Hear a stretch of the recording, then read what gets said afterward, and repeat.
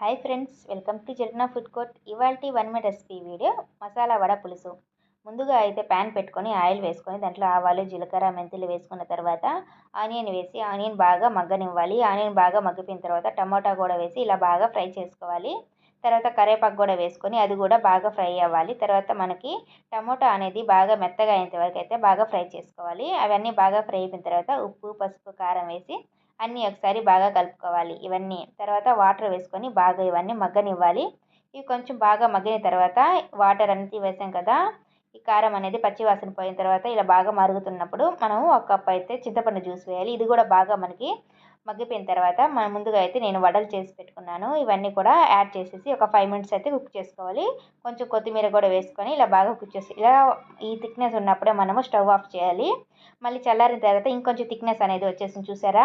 మన ఛానల్ని first time చూస్తుంటే సబ్స్క్రైబ్ చేసుకోండి ఫ్రెండ్స్. బాయ్.